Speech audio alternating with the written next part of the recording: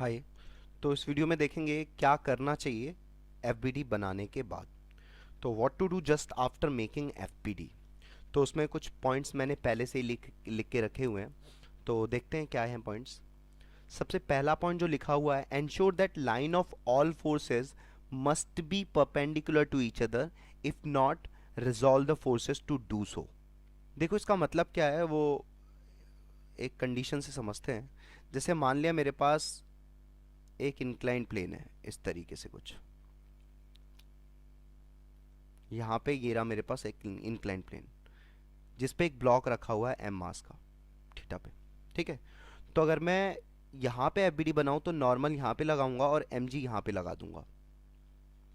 ठीक, तो first point में मैंने बोला क्या है कि ensure that line of all the forces must be perpendicular to each other. तो अगर मैं नॉर्मल की लाइन ऑफ फोर्सेस की बात करूं तो ये लाइन है और एमजी की लाइन ये है, तो ये दोनों लाइन तो परपेंडिकुलर नहीं है। ठीक है, तो अब परपेंडिकुलर करने के लिए मुझे कंपोनेंट करना पड़ेगा, मुझे रिजॉल्व करना पड़ेगा फोर्स को, जो मैंने आपको ऑलरेडी बताया हुआ है कि आप रिजॉल्व कर सकते हैं। जैसे यहाँ पे mg, mg का एक कंपोनेंट इस लाइन के अलोंग कितना आ जाएगा, प्रीवियस वीडियो में मैंने एक्सप्लेन किया mg cos थीटा और यहाँ पे कितना आ जाएगा mg sin थीटा। ठीक है, अब आप देखो, अब इस mg को जाते हैं हम भूल। ठीक है, ये mg जाते हैं भूल। अब आप समझो, ये नॉर्मल की जो लाइन ऑफ फोर्स और mg cos थीटा की लाइन ऑफ फोर्सेस है, लाइन है वो सेम है, यही है। और mg sin थीटा ये वाला जो फोर्स है इसकी लाइन ये है। अब देखो जितने भी फोर्सेस हैं उनकी जो लाइन ऑफ फोर्स है वो परपेंडिकुलर हो गया। तो सबसे पहला पॉइंट हमने अचीव कर लिया कि सारे फोर्सेस की लाइन जो होनी चाहिए वो परपेंडिकुलर होनी चाहिए एक दूसरे के। तो पहला पॉइंट तो हो गया, यहाँ पे नॉर्मल आ गया, यहाँ पे mg sin थीटा आ गया, यहाँ पे mg cos थीटा आ गया। ये ठीक है। चलो अब देखो सेकंड पॉइंट क्या है, all forces lying on the same line in the same direction must be added and forces on the same line in opposite direction must be subtracted। चलो ये वाले पॉइंट को कर लेते हैं। तो ये वाले फिगर को हम उठा के यहाँ पे रख देते हैं पहले तो। एक सेकेंड।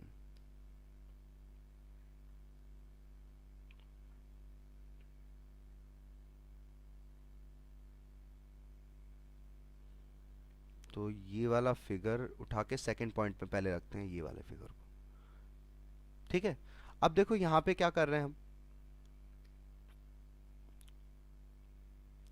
यहाँ पे जितने भी फोर्सेस हैं सेम लाइन पर लाई कर रहे हैं। बोला क्या गया है, जितने भी फोर्सेज हैं जो सेम लाइन पर लाई कर रहे हैं in the same direction must be added in the forces in the same on the same line in opposite direction must be subtracted.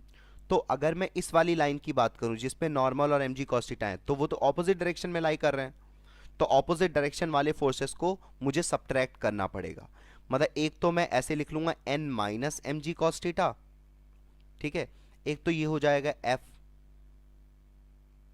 इसको मैं बोल देता हूं f1। ये एक लाइन है, दूसरी लाइन पर कौन से फोर्सेस हैं, mg sin थीटा। तो एक ही फोर्स है तो उसको तो मैं ऐसे ही लिख लेता हूं mg sin थीटा। मतलब आपको क्या बोला जा रहा है, जितने भी लाइन सेम लाइन पर फोर्सेस हैं उन्हीं को आपको क्लब करना है। मतलब अगर सेम लाइन पर फोर्सेस सेम डायरेक्शन में है तो आप सिंपली ऐड कर दो, और अगर सेम लाइन पर फोर्सेस ऑपोजिट डायरेक्शन में है तो आप सिंपली सब्ट्रैक्ट करके लिख दो। और जो जो फोर्सेस सेम लाइन पे होंगे उन्हीं फोर्सेस को आपको देखना है। पहला तो पॉइंट हो गया कि परपेंडिकुलर होनी चाहिए लाइन ऑफ फोर्सेस। दूसरा पॉइंट है जो भी फोर्सेस सेम लाइन पर लाई कर रहे हैं आप उनको देखो, सिर्फ उनको देखो और उनसे F1 F2 F3 लगाते रहो। जैसे यहाँ पे दो लाइन मैंने बनाई है, तो एक लाइन पे तो F1 फोर्सेस आ गए, एक लाइन पे F2 फोर्सेस आ गए। तो F1 आ गया मेरा n minus M G cos theta, F2 आ गया mg साइन थीटा। बाकी अभी हम और भी एग्जाम्पल्स देखेंगे, पहले मैं ये वाला एग्जाम्पल लेके सारे पॉइंट्स को क्लियर कर रहा हूँ। थर्ड पॉइंट क्या है, look for the possible direction of the motion of body and write total force in the direction of motion and equate this force to the product of mass of body and acceleration of body। अब देखो ध्यान से, अब वो क्या हुआ कि इसको फिर से हम पॉइंट नंबर 3 में ले जाते हैं इस फिगर को।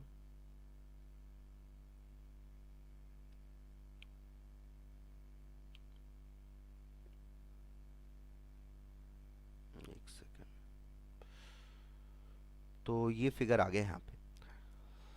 अब क्या है कि पॉइंट नंबर 3 में बोला है look for the possible direction of motion. तो पॉसिबल डायरेक्शन ऑफ मोशन क्या है उसको देखेंगे हम यहाँ पे। तो यहाँ पे जो पॉसिबल डायरेक्शन ऑफ मोशन है, यहाँ पे इस ब्लॉक का मूवमेंट मोशन किधर हो सकता है आप सोच के बताओ। ये हमारे पास यहाँ पे एक इंक्लाइंड प्लेन है और इस तरीके से ऐसे ब्लॉक रखा हुआ है।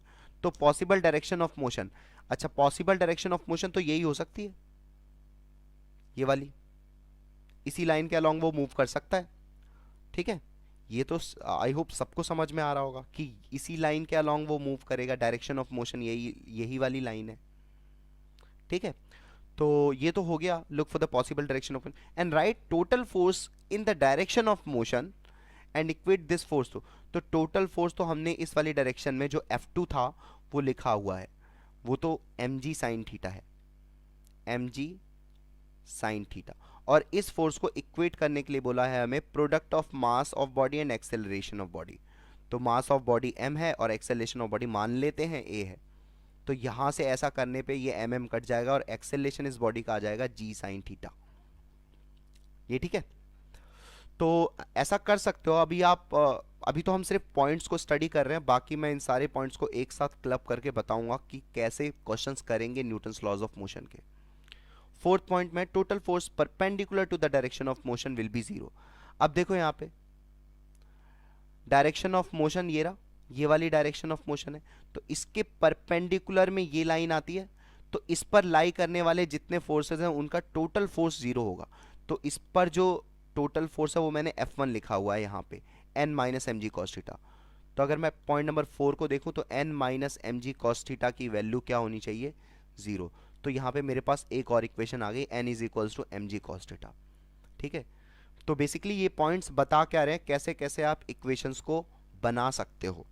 ठीक है, पॉइंट नंबर 5 में क्या है, if to find acceleration of body then draw only those forces which are in the direction of motion. अब जैसे यही क्वेश्चन था इंक्लाइंड प्लेन पे, यहाँ पे मुझे एक m मास का ब्लॉक दे रखा था। अगर मुझसे पूछा होता कि इसका एक्सेलरेशन क्या होगा, तो मेरे से अगर क्वेश्चन में एक्सेलरेशन पूछा है तो मैं FBD बनाते वक्त सिर्फ उन्हीं फोर्सेस को प्रेजेंट करूंगा जो फोर्सेस डायरेक्शन ऑफ मोशन में लाई कर रहे हैं। तो सबसे पहले मुझे पॉसिबल डायरेक्शन ऑफ मोशन सोचना पड़ेगा। तो पॉसिबल डायरेक्शन ऑफ मोशन क्या हो जाएगा, ये हो जाएगा, ये पॉसिबल डायरेक्शन ऑफ मोशन है। ठीक है, तो इधर कौन से फोर्सेज लग रहे हैं, सिर्फ मुझे पता है इस डायरेक्शन में लग रहा है mg साइन थीटा। ठीक है, तो यहाँ पे मैं खाली ये फोर्स दिखाऊंगा और mg साइन थीटा को मैं किसके बराबर कर दूंगा, जो कि मैंने पॉइंट नंबर 3 में बताया हुआ है कि पॉसिबल डायरेक्शन ऑफ मोशन को देखना है और उस डायरेक्शन में टोटल फोर्स को किसके इक्वेट करना है, मास इनटू एक्सेलरेशन ऑफ बॉडी। तो ये mm कट जाएगा और यहाँ पे एक्सेलरेशन मेरा आ जाएगा g साइन थीटा। ठीक है, तो ये जितने 5 पॉइंट्स मैंने बताए these are very important points, इनको आप बार बार देखो, इन पर प्रैक्टिस करो। बाकी नेक्स्ट वीडियो में हम जब क्वेश्चन करेंगे तो और कुछ पॉइंट्स को देखेंगे। हाय, तो इस वीडियो में देखेंगे formation of equations in NLM, किस तरीके से इक्वेशंस का फॉर्मेशन करेंगे न्यूटन्स लॉज ऑफ मोशन में। तो कुछ पॉइंट्स मैंने ऑलरेडी यहाँ पे लिखे हुए हैं, तो पढ़ते हैं उन पॉइंट्स को। फर्स्ट पॉइंट है कि first draw correct FBD of body motion of which is in consideration. मतलब जिस बॉडी के मोशन की बातें कर रहे हो उस बॉडी का आप सही से FBD बना लीजिए सबसे पहले। दूसरा पॉइंट है look for the possible direction of motion and resolve all the forces in the direction of motion and perpendicular to it. आप ये देखिए किस डायरेक्शन में इसका मोशन हो सकता है और उस डायरेक्शन में सारे जितने भी फोर्सेज आपके पास FBD में हैं सबको दो डायरेक्शन में कंपोनेंट कर लीजिए, रिजॉल्व कर लीजिए। एक डायरेक्शन होनी चाहिए डायरेक्शन ऑफ मोशन और एक डायरेक्शन होनी चाहिए उसी के परपेंडिकुलर। ठीक है, अभी देखते हैं, इसी वीडियो में आगे देखेंगे कैसे करते हैं। थर्ड पॉइंट है दो इक्वेशन आपको बनानी है। अब एक FBD के लिए, जो एक FBD आप ड्रॉ कर रहे हो उस एक FBD के लिए आपको दो इक्वेशन मिल जाएंगी। एक तो इक्वेशन दो डायरेक्शन से मिलेंगी। एक डायरेक्शन आपने डायरेक्शन ऑफ मोशन में फोर्सेज लिखने हैं और एक उसके परपेंडिकुलर फोर्सेज लिखने हैं। तो जो आप डायरेक्शन ऑफ मोशन में टोटल फोर्स लिखोगे उसको आपको बराबर करना होगा मास ऑफ बॉडी को, mass of body into acceleration of body के। तो यहाँ पे लिखा है हमने, first equation is obtained by equating total force in the direction of motion to product of mass and acceleration of body. तो आप डायरेक्शन ऑफ मोशन में टोटल फोर्स लिखिए, उसको मास इनटू एक्सेलरेशन के बराबर कर दीजिए उस बॉडी के। ठीक है, इसी लॉ को हम बोलते हैं Newton second law of motion, total force is equals to mass into acceleration of body, जिसको हम आगे फर्दर सेकेंड नेक्स्ट वीडियोस में कंटिन्यू करेंगे। दूसरी इक्वेशन आपको मिल जाएगी, जो परपेंडिकुलर डायरेक्शन थी उसमें फोर्सेस लिखिए, और उसमें जो टोटल फोर्सेस होंगे उनका सम, उनका जो रिजल्टेंट आएगा वो जीरो आना चाहिए। तो यहाँ से अब तक हम दो इक्वेशन ऑब्टेन कर चुके हैं। एक एग्जाम्पल के थ्रू देखते हैं। ये रहा एग्जाम्पल जिसमें एक एम मास का ब्लॉक है जिसपे एफ फोर्सेस गिवन डायरेक्शन में अप्लाई किया जा रहा है।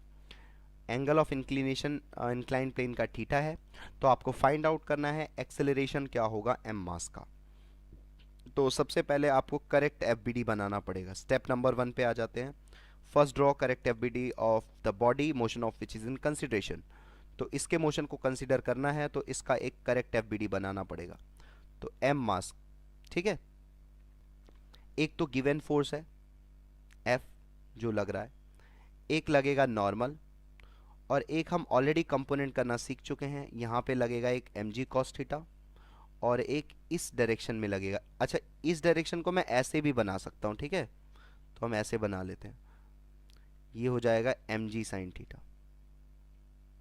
ठीक है, तो पहला स्टेप तो हो गया कि मैंने सारे फोर्सेस को करेक्टली दिखा दिया एफबीडी के अंदर। दूसरी बात है, look for the possible direction of motion, resolve all the forces in the direction of motion perpendicular to it. तो हमारे हिसाब से जो पॉसिबल डायरेक्शन है वो ये है, क्योंकि बॉडी का जो मोशन हो सकता है वो अलोंग द, इसी लाइन के अलोंग हो सकता है ना बॉडी का मोशन, ऐसे तो वो चलेगा नहीं। तो ये जो ब्लॉक है वो इसी डायरेक्शन में चल सकता है। ठीक है, तो ये हमारा ये वाला जो ये डायरेक्शन हो गया, ये हो गया डायरेक्शन ऑफ मोशन। तो पॉइंट नंबर 2 में बोला गया है कि जब आप ये डायरेक्शन फाइंड आउट कर लें, पॉसिबल डायरेक्शन, तो आपको रिजॉल्व करने हैं सारे forces in the direction of motion perpendicular to it. तो अब हम क्या करेंगे, in the direction of motion, तो इसी डायरेक्शन में, ठीक है, ओके, और फिर परपेंडिकुलर टू इट, ये परपेंडिकुलर, तो सारे फोर्सेस हमारे परपेंडिकुलर लाइन के अलोंग हैं। ये मैंने लास्ट प्रीवियस जो से पहले वीडियो बनाई हुई है उसमें भी ये पॉइंट को मैंने कवर किया है। ठीक है, तो अब हमारी दो इक्वेशन यहाँ से आ जाएंगी। तो डायरेक्शन ऑफ मोशन में टोटल फोर्स मैं लिखूंगा, तो डायरेक्शन ऑफ मोशन में टोटल फोर्स होगा एफ माइनस, क्योंकि अलग अलग डायरेक्शन है, इस लाइन पे अलग अलग डायरेक्शन है एफ और एम जी साइन थीटा की, इसलिए माइनस कर रहा हूँ, F minus M G sine theta is equals to mass into acceleration. Direction of motion में total forces mass into acceleration के बराबर होंगे, जो कि मैंने यहाँ पे पॉइंट नंबर 3 के फर्स्ट पार्ट में बताया हुआ है। आप फिर से वीडियो को पॉज करके ऊपर जाके देखिए, आपको दिख जाएगा। ठीक, तो ये हो गई एक इक्वेशन। दूसरी इक्वेशन, परपेंडिकुलर डायरेक्शन में टोटल फोर्सेस ले लो, तो टोटल फोर्सेस यहाँ पे भी ऑपोजिट डायरेक्शन में है, तो N minus M G cos theta, और उसको जीरो के बराबर कर दो। तो यहाँ पे मेरे पास दो इक्वेशन आ गई। क्योंकि मुझे एक्सेलरेशन निकालना था यहाँ पे एम मास का, एक और पार्ट लिख लेते हैं इस क्वेश्चन में, नॉर्मल भी फाइंड आउट करना है हमें। तो नॉर्मल कितना होगा, तो पहली वाली इक्वेशन से यहाँ पे एक्सेलरेशन आ जाएगा F minus M G sine theta upon M. ठीक है, और यहाँ से नॉर्मल आ जाएगा एम जी कॉस थीटा। ठीक है, तो नेक्स्ट वीडियो में हम और ढेर सारे प्रॉब्लम्स करेंगे जिस पे हमें अंदाज़ा हो जाएगा किस तरीके से क्वेश्चंस को करने चाहिए। ठीक है, ये इनिशियल स्टेज की लर्निंग्स है जो मैं यहाँ पे आपको बता रहा हूँ, इस पे आपको प्रैक्टिस करते रहना पड़ेगा। जितनी आप प्रैक्टिस करोगे उतना आपका ये चीज़ फर्निश होगा। ठीक है, अच्छा, यहाँ पे एक और नोट करने वाली बात ये है, वो नोट करने वाली बात क्या है कि यहाँ पे मैंने F minus M G sine theta लिखा, मतलब total force in the direction of motion, ये मतलब in the direction of motion total force मैंने F minus M G sine theta लिखा, मैंने M G sine theta minus F नहीं लिखा। वो क्यों, वो देखो, यहां पे आप एक बात याद रखना, take force positive in the direction of in the possible direction of motion. देखिए हमारा यहाँ पे जो ब्लॉक था उसका, अच्छा ये डायरेक्शन ऑफ मोशन की जगह यहाँ पे लाइन ऑफ मोशन करिए तो बेटर होगा, ठीक है। Always look for the possible line of motion, ये चीज ना लाइन ऑफ मोशन कर लो, लाइन ऑफ मोशन है ना, तो जब लाइन ऑफ मोशन पता चल जाएगा तो सही है। First equation is obtained by equating total force in the line of motion, in the line of motion to product of mass and acceleration of body, ठीक है। ओके तो यहाँ पे लाइन ऑफ मोशन समझो, क्योंकि लाइन देखिए देखिए line of motion तो ये हो जाएगा, ये है लाइन ऑफ मोशन, ठीक है। और क्योंकि फोर्स में ऐसे लगा रहा हूं तो डायरेक्शन ऑफ मोशन ये हो जाएगा, ठीक है। तो जो भी डायरेक्शन ऑफ मोशन होगा उसमें जो भी फोर्सेस होंगे उसको पॉजिटिव ले लेना। तो यहाँ पे तो mg साइन थीटा लग रहा है और इस तरफ f लग रहा है, तो इस वाले फोर्स को मैं पॉजिटिव लूंगा, इसका मतलब इसमें से इसको घटा दूंगा। आप ये समझ पा रहे हो ना, जिधर डायरेक्शन ऑफ मोशन होगा उसमें से दूसरे फोर्सेस को सब्ट्रैक्ट करना है, ठीक है। यहाँ पे एक प्रॉब्लम दिया है मैंने, यहाँ पे एक पुली है इस तरीके से और यहाँ पे एक ब्लॉक है m1 मास का और यहाँ पे एक ब्लॉक है m2 मास का, जिसको एक स्ट्रिंग के थ्रू कनेक्ट किया गया है। तो हमसे यहाँ से पूछा गया है फाइंड करना है acceleration of m1 and m2 और दूसरा पार्ट में टेंशन इन द स्ट्रिंग। तो देखो करते हैं ऐसे प्रॉब्लम, जो भी problem Newton's laws of motion में होंगे जिसके मोशन को कंसीडर किया जाएगा, पहले तो आप उसका एफबीडी बना लो, फ्री बॉडी डायग्राम बनाओ। तो अगर मैं m1 का एफबीडी बनाऊंगा तो m1 के ऊपर एक टेंशन लगेगा T और एक नीचे फोर्स लगेगा m1g। सिमिलरली m2 पर भी वही टेंशन लगेगा क्योंकि टेंशन सेम स्ट्रिंग में, अच्छा जितनी भी प्रॉब्लम्स होंगी हमारी यहाँ पे सब में मैं आइडियल स्ट्रिंग एज्यूम करके चलूँगा और आइडियल स्ट्रिंग में हर पॉइंट पे टेंशन इक्वल होता है। तो यहाँ पे भी टेंशन T होगा और यहाँ पे ग्रेविटी लगेगा m2g। तो यहाँ पे मैंने मेरा पहला टास्क कंप्लीट हो गया, फ्री बॉडी डायग्राम बना लिया, ठीक है। अब मुझे डायरेक्शन ऑफ मोशन मतलब लाइन ऑफ मोशन एज्यूम करना है। अब आप यहाँ पे देखो, मैं ऐसा मान के चलता हूँ, ऐसा एज्यूम करता हूँ कि m1 ज़्यादा भारी है m2 से। तो इसका मतलब क्या है, इसके ज़्यादा भारी होने की वजह से ये नीचे की तरफ मूव करना स्टार्ट कर देगा। फिर आप सोचो अगर ये वाला m1 नीचे की तरफ मूव करना स्टार्ट कर देता है तो m2 ऊपर की तरफ मूव करना स्टार्ट करेगा, क्योंकि m1 m2 कनेक्टेड हैं। तो अगर m1 नीचे की तरफ जा रहा है तो इसीलिए m2 ऊपर की तरफ आएगा।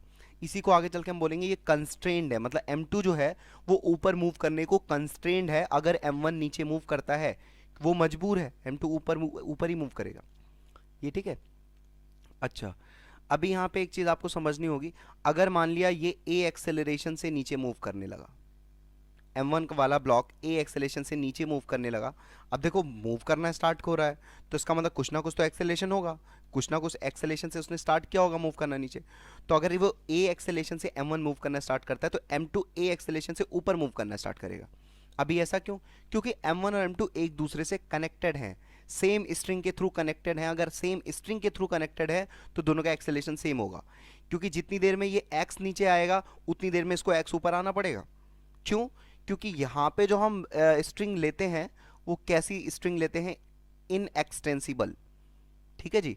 तो इन एक्सटेंसिबल स्ट्रिंग लेते हैं। इन एक्सटेंसिबल स्ट्रिंग लेने का मतलब क्या है कि स्ट्रिंग की जो लेंथ है वो कांस्टेंट रहेगी। तो अगर यहाँ पे लेंथ को स्ट्रिंग की कांस्टेंट रह सकती है तो अगर कभी भी इन एक्सटेंसिबल स्ट्रिंग का प्रॉब्लम होगा या सिंपली स्ट्रिंग का प्रॉब्लम होगा तो वहाँ पे सेम स्ट्रिंग से कनेक्टेड जो भी ब्लॉक्स रहेंगे सेम स्ट्रिंग से कनेक्टेड, उनका एक्सेलेरेशन उनकी वेलोसिटी सेम होंगी, ये ठीक है।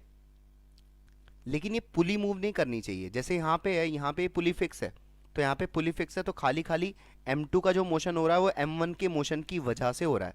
अगर मान लो यहाँ पे पुली भी मूव करने लगती तो यहाँ पे m1 का एक्सेलेरेशन अलग होता और m2 का एक्सेलेरेशन अलग होता। खैर इतनी सारी बातें अभी हम यहाँ पे नहीं जानेंगे, आप इतना सिंपली याद रखो कि अगर यहाँ पे पुली फिक्स्ड है और m1 a एक्सेलेरेशन से नीचे जा रहा है तो m2 सिंपली a एक्सेलेरेशन से ऊपर आएगा, ठीक है। और हम जो स्ट्रिंग लेते हैं आइडियल स्ट्रिंग होती है, आइडियल मतलब इनएक्सटेंसिबल और मासलेस।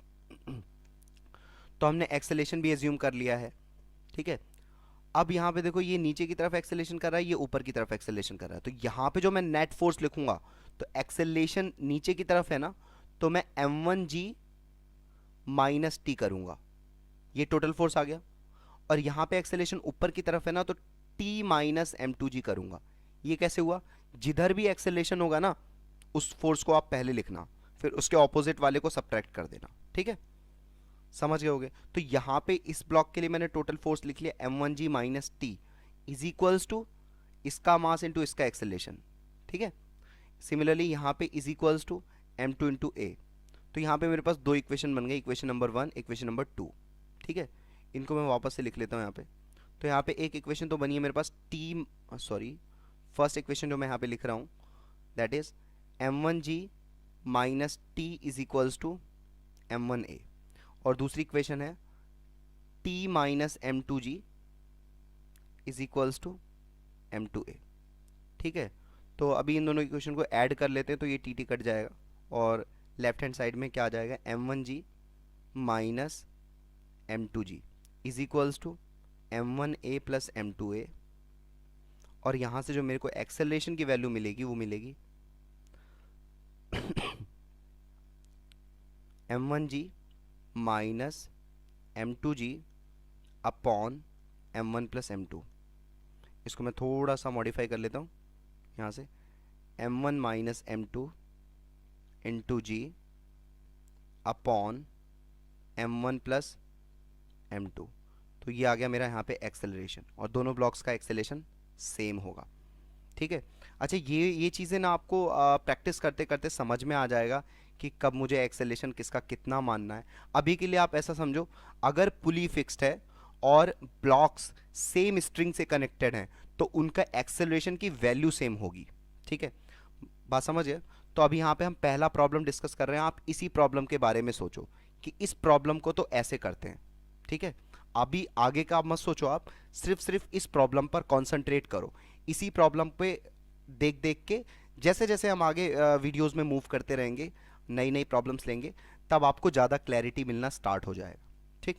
तो हमने पहला पार्ट कर लिया है, एक्सेलेरेशन की वैल्यू हमारी आ गई है m1 minus m2 into G upon m1 plus m2। मेरा सजेशन ये है कि आप इस एक्सप्रेशन को याद रखें, मतलब आप इस एक्सप्रेशन को मेमोराइज कर लें, ठीक। सेकेंड वाला पार्ट निकालते हैं। अभी देखो एक्सेलेरेशन मेरा निकल गया है, तो ये वाला एक्सेलेरेशन ले जाके मैं किसी भी एक इक्वेशन में रख दूंगा, तो वहाँ से मेरे को टेंशन मिल जाएगा। जैसे मैं फर्स्ट इस वाली इक्वेशन में रख देता हूँ, तो यहाँ से मिलेगा m1g minus T is equals to m1 into acceleration की वैल्यू रख देता हूँ मैं यहाँ से m1 minus m2 into G upon m1 plus m2, ये ठीक है।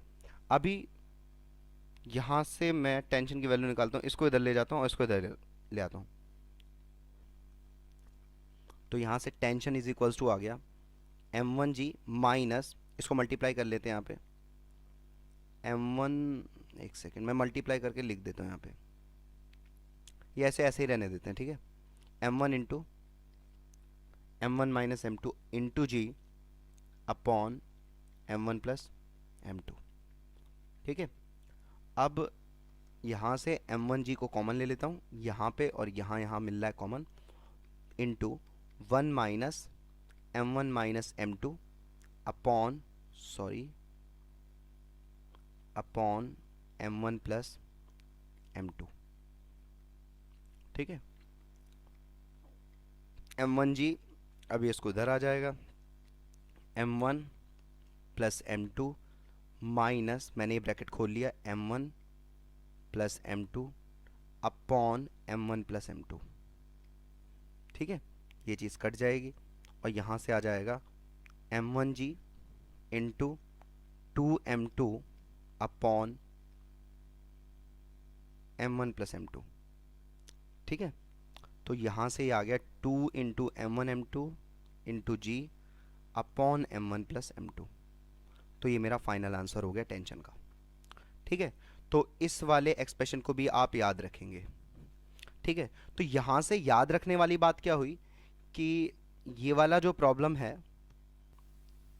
देखिए अगर ऐसा आ जाता है, मतलब यही प्रॉब्लम इस तरीके से अपेयर होता है कि M1 M2 यहाँ पे दो ब्लॉक्स हैं, तो यहाँ पे इस प्रॉब्लम के लिए आपने सीधे सीधे एक्सप्रेशन याद रखा हुआ है। टेंशन की वैल्यू होगी 2 × M1 M2 G/M1 + M2, ये हो गया। और यहाँ पे जो एक्सेलेरेशन की वैल्यू होगी, अगर M1 ज़्यादा वेट का है, इसका एक्सेलेरेशन नीचे A, तो इसका A ऊपर, और इस A की वैल्यू होगी M1 - M2 × G/M1 + M2।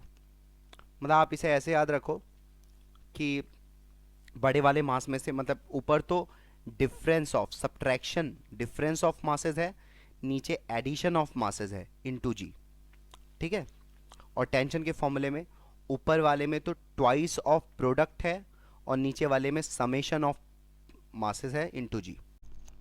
हाय, तो एक प्रॉब्लम है हमारे सामने जिसमें एक्सेलेरेशन फाइंड आउट करना है M1 और M2 का, और कनेक्टेड स्ट्रिंग में टेंशन फाइंड आउट करना है। तो यहाँ पे फिगर दिख रहा है हमको। सबसे पहले मैं FBD बनाता हूँ। तो M1 की FBD में यहाँ पे एक टेंशन, यहाँ पे नॉर्मल, यहाँ पे एक नॉर्मल लगेगा, और नीचे की तरफ M1G लगेगा। M2 में यहाँ पे टेंशन T, और नीचे M2G, ठीक है। पहला स्टेप हो गया। दूसरा, मैंने लाइन ऑफ मोशन डिसाइड करने की कोशिश की। तो लाइन ऑफ मोशन किधर होगा? तो लाइन ऑफ मोशन M2, देखिए लाइन ऑफ मोशन ऐसे ही होगा, M2 नीचे ही जा सकता है, ऊपर तो जाएगा नहीं वो, ठीक है। तो मान लिया M2 नीचे जा रहा है, और उसका एक्सेलेरेशन मैं A बोल देता हूँ, ठीक है। तो यहाँ पे A एक्सेलेरेशन से नीचे जा रहा है, तो ये M1 A एक्सेलेरेशन से पक्का इधर आ रहा होगा। ये पुली तो फिक्स्ड है, पुली तो मूव कर नहीं रही है, ठीक है। तो मैंने लास्ट के प्रॉब्लम में आपको ये बोला था कि अगर ब्लॉक्स सेम स्ट्रिंग से कनेक्टेड हैं तो ब्लॉक्स का एक्सेलेरेशन एक ही होगा, सेम होगा, मतलब उनका जो मैग्नीट्यूड होगा वो सेम होगा। शर्त ये थी कि वो पुली जिसके थ्रू कनेक्टेड है वो मूव नहीं करनी चाहिए। तो यहाँ पे वो कंडीशन है। तो आप इन चीज़ों को याद रखें, अगर सेम स्ट्रिंग से ब्लॉक्स कनेक्टेड है और पुली फिक्स्ड है, तो फिर ब्लॉक्स का एक्सेलेरेशन क्या होगा? सेम होगा, ये समझ गए। लेकिन अगर पुली मूवेबल हो गई तो वहां पे ब्लॉक्स का एक्सेलेरेशन चेंज हो सकता है, ठीक है, समझ गए आप। चलिए, तो अभी हमने लाइन ऑफ मोशन भी डिसाइड कर लिया। इस ब्लॉक का लाइन ऑफ मोशन ये रहा, और इस ब्लॉक के लिए लाइन ऑफ मोशन ये रहा। तो ये नॉर्मल और M1G जो है, ये तो लाइन ऑफ मोशन के परपेंडिकुलर डायरेक्शन में लगने वाले फोर्सेज हैं। तो इनकी तो बात ही मत करो, क्योंकि इनका जो रिजल्टेंट होगा वो जीरो होगा, मतलब नॉर्मल तो ये M1G के इक्वल होगा। ये मैंने लास्ट की वीडियोस में कवर किया हुआ है, तो वहां से आप देख लेना अगर देखा नहीं आपने। दूसरा, along the direction of motion या along the line of motion मात्र एक फोर्स लग रहा है M1 पर, वो मात्र टेंशन है। तो tension is equals to mass into acceleration, ठीक है। यहाँ पे along the line of motion दो फोर्सेस हैं, टेंशन और M2G, लेकिन मोशन नीचे की तरफ है, इसलिए मैं इक्वेशन ऐसे बनाऊंगा M2G minus T is equals to mass into acceleration. तो यहाँ पे मेरे पास दो इक्वेशन आ गए, एक तो T इक्वल्स टू M1A आ गया, एक ये इक्वेशन बन गई। तो यहाँ पे मैं T की वैल्यू सब्सटीट्यूट कर दूंगा, और जब मैं T की वैल्यू सब्सटीट्यूट करता हूँ तो मेरे पास जो एक्सप्रेशन आता है, M2G माइनस T की वैल्यू मैंने रख दी M1A is equals to M2A। तो यहाँ से इसको मैं इधर ले जाता हूँ, तो एक्सेलेरेशन, एक सेकेंड, तो यहाँ से ये आ जाएगा M1A plus M2A is equals to M2G, और यहाँ से एक्सेलेरेशन आ जाएगा M2G upon M1 plus M2। तो ये हो गया मेरा आंसर। तो आगे चल के जितनी भी आप पहले हमने जितनी भी प्रॉब्लम्स की हैं, सबको आप देखो, एनालाइज करो क्या क्या बोलना है, क्या क्या बोला जा रहा है वीडियो में, और प्रॉब्लम सॉल्व करते वक्त क्या टेक्निक यूज़ की जा रही है। तो आप सबसे पहले किसी भी प्रॉब्लम को सॉल्व करने के लिए उसका करेक्ट FBD बनाओगे। दूसरा क्या होगा, उसकी लाइन ऑफ मोशन को डिसाइड करोगे, और लाइन ऑफ मोशन के परपेंडिकुलर डायरेक्शन वाले फोर्सेस का सम ज़ीरो होगा, मतलब उनका रिजल्टेंट ज़ीरो होगा। और जो लाइन ऑफ मोशन के अलोंग फोर्सेस होंगे उसको आप लिख लो, और उसको मास इनटू एक्सेलेरेशन के इक्वेट कर दो। यही प्रिंसिपल है, यही प्रिंसिपल लगता रहेगा हर में। तो इस प्रॉब्लम में दो ब्लॉक्स M1 M2 एक इंक्लाइन प्लेन पर इस तरीके से रखे हुए हैं, और अपने को निकालना है एक्सेलरेशन ऑफ ब्लॉक्स और टेंशन इन द स्ट्रिंग। तो फिर से वही चीज़ है, सबसे पहले फ्री बॉडी डायग्राम, यहाँ पे एक टेंशन, नीचे एक फोर्स लगेगा m1g साइन थीटा, यहाँ पे एक फोर्स लगेगा m1g कॉस थीटा, और यहाँ पे एक फोर्स लगेगा नॉर्मल। ठीक है, इसका m2 का एफबीडी बनाते हैं, टेंशन और नीचे एक फोर्स लगेगा m2g। तो मैंने फर्स्ट काम तो कर लिया, अपना एफबीडी बना लिया। दूसरी चीज़ क्या है, line of motion find out करना। तो अभी लाइन ऑफ मोशन निकालते हैं। अब देखो, डिपेंड करता है लाइन ऑफ मोशन किधर भी जा सकता है। अच्छा, एक और चीज़, जब पुली ब्लॉक प्रॉब्लम आप करो, लाइन ऑफ मोशन ना प्रिडिक्ट कर पाओ, तो कुछ भी मान लो जो भी पॉसिबल है। मतलब पॉसिबल क्या क्या है, पॉसिबल ये है कि ऐसा हो सकता है ये नीचे जाए और ये वाला ब्लॉक ऊपर जाए। तो मैं ऐसे मान लेता हूँ, तो मान लिया मैंने ये ए से नीचे जा रहा है, ये वाला ब्लॉक इस तरीके से इंक्लाइन प्लेन पर ही रहेगा, लेकिन ये ठीक है, और ये फिर ए से ऊपर जाने लगेगा। अब देखो, लाइन ऑफ मोशन तो डिसाइड हो गई। तो लाइन ऑफ मोशन डिसाइड होने के बाद अगर मैं m1 को देखूं, m1 को, तो ये नॉर्मल और ये m1g cos थीटा जो फोर्स है, ये perpendicular to line of motion है। तो अगर ये perpendicular to line of motion, तो इनका कोई काम नहीं है। इनका काम मतलब कितना सा है कि normal is equals to m1g cos theta हो जाएगा। ठीक है, क्योंकि दोनों का रिजल्टेंट जीरो होगा, तो जितना ये होगा उतना ही ये होगा। समझे? अच्छा, दूसरा, along the line of motion, क्योंकि एक्सेलेरेशन इधर है तो मैंने इसको ऐसे लिख लिया m1g sine theta minus tension is equals to mass into acceleration. तो ये मेरी इक्वेशन नंबर 1। दूसरी इक्वेशन कहाँ से आ गई, m2 से। तो m2 से मैं इक्वेशन लिखूंगा, ये ऊपर जा रहा है इसलिए मैं इसे लिखूंगा t minus m2g is equals to m2 into A. ये मेरी दूसरी इक्वेशन हो गई। अब दोनों सॉल्व कर लो, इनको ऐड कर दो तो ये टेंशन गायब हो जाएगा, और यहाँ से आ जाएगा m1g sine theta minus m2g is equals to m1a plus m2a। ठीक है, अब यहाँ से आप एक्सेलेरेशन की वैल्यू अगर फाइंड आउट करोगे तो it will come out to be, यहाँ से g कॉमन ले लेता हूँ, तो ये आ जाएगा m1 sine theta minus m2 into G upon में आएगा m1 प्लस m2। तो ये मेरा एक्सेलेरेशन आ गया इस प्रॉब्लम के लिए, ब्लॉक्स का, दोनों ब्लॉक्स का सेम एक्सेलेरेशन होगा। अब इसी वैल्यू को मैं किसी एक एक्सप्रेशन में रख दूंगा तो मुझे टेंशन मिल जाएगा। मैं सेकंड वाली इक्वेशन में रख देता हूँ। तो सेकंड वाली equation t minus m two g is equals to m2a। तो मैं इसको लिख लेता हूँ t is equals to m2a plus m2g। ठीक है, तो m2 इंटू ए की वैल्यू मैंने लिख दी यहाँ से m1 sine theta minus m2 into G upon m1 plus m2। ठीक है, तो ये m2 इंटू ए हो गया प्लस m2 इंटू जी। तो यहाँ से आप यहाँ पे देखो, यहाँ पे भी m2g है, यहाँ पे भी m2g है, तो कॉमन ले लेते हैं। m2g आ गया कॉमन, बचा यहाँ पे क्या, m1 sine theta minus m2 minus m2 plus, इसको मैं इधर ले जाता हूँ directly, m1 plus m2 upon m1 plus m2।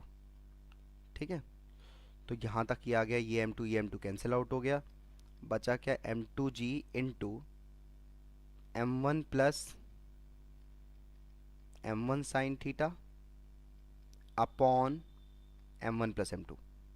तो ये आ गया। ठीक है, अब यहाँ से m1 को कॉमन ले लो, तो आ जाएगा m1 m2g into 1 plus sign theta upon m1 plus m2। तो ये हो गया मेरा आंसर यहाँ से। तो प्रॉब्लम में देखो एक फिगर दिखाया हुआ है जिसमें 3 ब्लॉक्स हैं m1 m2 और m3, आपस में 2 स्ट्रिंग्स ab और cd से कनेक्टेड हैं, और फाइंड आउट करना है एक्सेलरेशन m1 m2 m3 का, और स्ट्रिंग AB में टेंशन और CD में टेंशन। तो सॉल्व करते हैं प्रॉब्लम को। तो सबसे पहले मैं ब्लॉक M1 का FBD बना लेता हूँ। तो M1 पे एक F फोर्स इधर लग रहा है, और मैंने टेंशन इन स्ट्रिंग AB को मैंने T1 ट्रीट किया है, और टेंशन इन स्ट्रिंग CD को मैंने T2 ट्रीट किया है, ठीक है। तो M1 पर T1 इधर लग रहा होगा, ठीक है। अच्छा, नॉर्मल और M1G भी लग रहे होंगे, तो चलो बना लेते हैं, ये नॉर्मल और ये M1G। अब यहाँ पे नॉर्मल और M1G के बारे में बात समझो। अगर मैं यहाँ पे लाइन ऑफ मोशन की बात करूँ तो आपको तो समझ में आ रहा होगा, लाइन ऑफ मोशन ये है, ये तो ये लाइन ऑफ मोशन है, ठीक है। अब लाइन ऑफ मोशन के अलोंग फोर्सेस रहने चाहिए और उसके परपेंडिकुलर ही फोर्सेस रहने चाहिए एफबीडी के अंदर। तो बिल्कुल लाइन ऑफ मोशन के अलोंग और लाइन ऑफ मोशन के परपेंडिकुलर ही फोर्सेस हैं, इसके अलावा कोई फोर्सेस नहीं है। अब लाइन ऑफ मोशन के परपेंडिकुलर वाले फोर्सेस का तो सम जीरो होगा, है ना। बात समझ रहे हो? मतलब वो तो ऊपर जितना लग रहा है उतना ही नीचे भी लगेगा यहाँ पे, तो नॉर्मल और M1G बराबर होगा। तो उसका मुझे नहीं लगता इस प्रॉब्लम में कुछ काम है, तो इसको हम यहाँ पे ओमिट कर देते हैं और लिखते नहीं है इस चीज़ को, ठीक है। तो M1 पर जो in the line of motion forces हैं वो F और T1 है। अच्छा, मैंने मैंने M1 का एक्सेलेरेशन A इधर मान लिया, ठीक है। और यहाँ पे मैंने M2 का FBD जब बनाऊंगा तो उसका भी एक्सेलेरेशन A इधर ही होगा और M3 का भी एक्सेलेरेशन A इधर होगा। अब देखो कैसे, M1 और M2 एक ही स्ट्रिंग से कनेक्टेड है, ठीक है। यहाँ पे तो पुली है ही नहीं, तो M1 और M2 अगर एक ही स्ट्रिंग से कनेक्टेड हैं और स्ट्रिंग हमारी आइडियल है, तो उस केस में M1 और M2 का एक्सेलेरेशन सेम होगा, ठीक है। वापस से तो इसका A हो गया, इसका भी A हो गया, सेम डायरेक्शन में, ठीक। और M2 और M3 अब एक ही स्ट्रिंग से कनेक्टेड है, तो M2 और M3 का एक्सेलेरेशन सेम होगा, तो अगर M2 का A है तो M3 का भी A हो जाएगा, ठीक है। तो ये M1 का FBD हो गया। M2 का FBD कैसे बनेगा, यहाँ पे तो T1 लगेगा क्योंकि स्ट्रिंग AB का पार्ट है, और यहाँ पे T2 लगेगा, और M3 में सिर्फ T2 लगेगा, ठीक है। तो यहाँ पे मैं इक्वेशन लिख देता हूँ, एक्सेलेरेशन की डायरेक्शन में है F minus T1 is equals to mass into acceleration, यहाँ पे T1 minus T2 is equals to mass into acceleration, और यहाँ पे सिर्फ T2 is equals to mass into acceleration. अच्छा, मास की वैल्यू लिख देता हूँ M2A M3A। तो यहाँ पे मेरे पास 3 इक्वेशन आ गए, ठीक है। अब 3 इक्वेशन को सॉल्व करके मैं एक्सेलेरेशन की वैल्यू फाइंड आउट कर लूँगा। यहाँ से तो पहले मैं T2 रख देता हूँ, तो मुझे T1 मिल जाएगा। तो T1 माइनस T2 की वैल्यू है M3A is equals to M2A, ठीक है ना। अभी T1 की वैल्यू आ गई M2A प्लस M3A, ठीक है। और यहाँ पे T1 की वैल्यू रख दो, तो यहाँ से आ जाएगा F minus T1 which is M2A, और यहाँ पे माइनस है, ये प्लस तो माइनस हो जाएगा, minus M3A is equals to M1A, ठीक है। F इज इक्वल्स टू आएगा M1A plus M2A plus M3A upon, नहीं इतना हो गया ना, हाँ। तो यहाँ से एक्सेलेरेशन मेरा आ गया F upon M1 plus M2 plus M3, ठीक है। तो ये हो गया मेरा एक्सेलेरेशन का आंसर, ठीक है।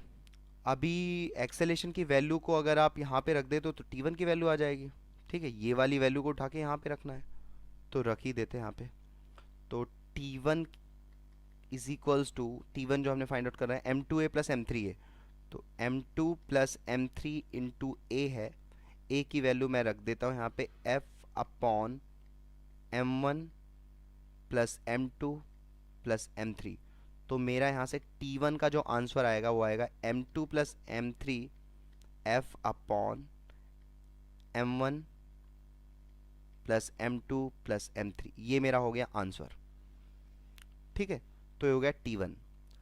अब T2 की वैल्यू निकालनी है, तो T2 is equals to M3A है, यहाँ पे दिख रहा है आपको। तो T2 is equals to M3A, तो यहाँ पे रख देते हैं T2 is equals to M3 into A। Acceleration की वैल्यू को यहाँ पे सब्स्टिट्यूट करते हैं, वो है F upon M1 plus M2 plus M3। तो यहाँ पे A आ जाएगा F upon M1 plus M2 plus M3, ठीक है। तो ये मेरा T2 का आंसर हो गया, ठीक है। अच्छा, यही प्रॉब्लम को मैं आगे एक बहुत इजी मेथड से भी बताऊंगा, जहाँ पे हम सिस्टम मान लेंगे और डायरेक्टली हमें एक्सेलेरेशन की वैल्यू फाइंड आउट हो जाएगी। तो जब मैं सिस्टम की वीडियो बना रहा हूँ कि कैसे न्यूटन्स लॉज ऑफ मोशन एक सिस्टम पर अप्लाई किया जाता है, तो वहाँ पे इसी प्रॉब्लम को हम और ईजियर मेथड से करेंगे, ठीक है।